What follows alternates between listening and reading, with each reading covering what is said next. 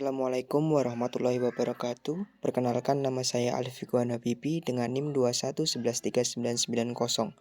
Nah, pada kesempatan kali ini saya akan mewawancarai salah satu tokoh inspiratif yaitu Bapak Purwanto. Beliau ini adalah salah satu MC atau Master of Ceremony terkondang di daerah istimewa Yogyakarta, khususnya di daerah Bantul. Bagi yang penasaran, mari langsung simak videonya.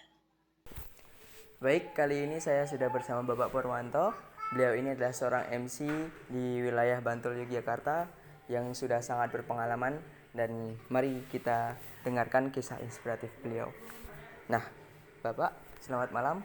Selamat malam, Sarif. Ya,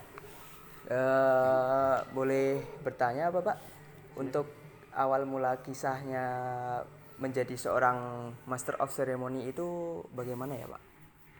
Baik, jadi gini Mas Salih. Dulu awalnya di tahun 2015 itu kan Bapak dulu terpilih sebagai ketua RT di kampung, juga ketua masjid, ya ketua takmir.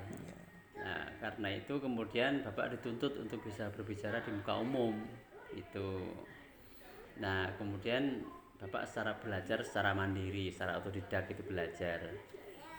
Cuman saya merasa bahwa apa yang Bapak pelajari itu secara otodidak itu ternyata tidak cukup gitu. Karena berbicara di muka umum itu kan tidak mudah. Nah, di samping itu juga pemilihan kata-katanya juga harus tepat. Karena itu kemudian Bapak belajar di sebuah sanggar seni kebudayaan yang di Bantul itu ada namanya Tembi Rumah Budaya.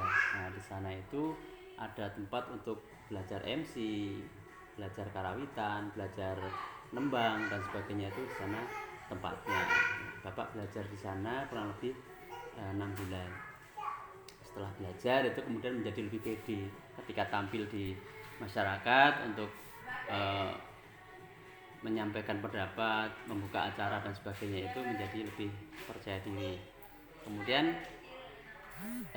Bapak sering diminta untuk membawakan sebuah acara, misalnya ada tetangga yang hajatan, ada lamaran, ada perkawinan, bahkan ada juga seripah atau kematian. Nanti Bapak sering diminta tampil awalnya di situ. Kemudian Bapak terima karena Bapak merasa sudah punya modal, kemudian berani untuk tampil di muka umum.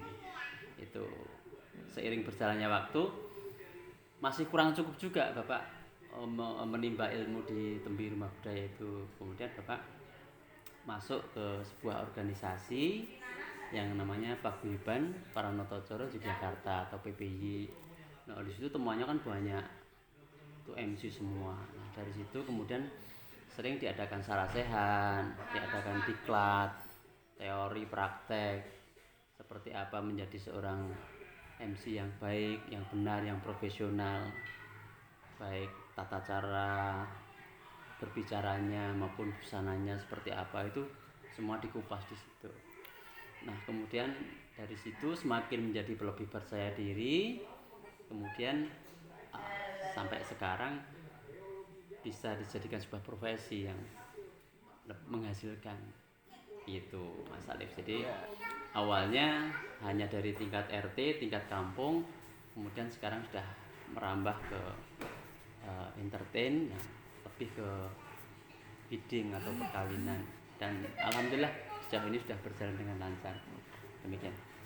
Bisa buat mencukupi kebutuhan kedepannya ya, Pak? Ya, jadi saya dan teman-teman itu ternyata semakin kesini semakin menyadari, oh ternyata profesi ini juga bisa diandalkan. Artinya tidak hanya sekedar sampingan, tapi juga bisa untuk menambah income gitu. Lalu untuk persiapan sebelum memasuki acara atau sebelum memimpin acara itu, apakah ada persiapan terlebih dahulu atau Ya, gimana, Pak? tentu saja. Jadi persiapan untuk sebelum kita memasuki acara, memandu acara, itu bahwa kita harus koordinasi. Pertama koordinasi dengan tuan rumah. Kemudian koordinasi dengan wedding organizer kalau ada WO-nya. Kalau tidak ada ya dengan panitianya. Itu kita harus koordinasi.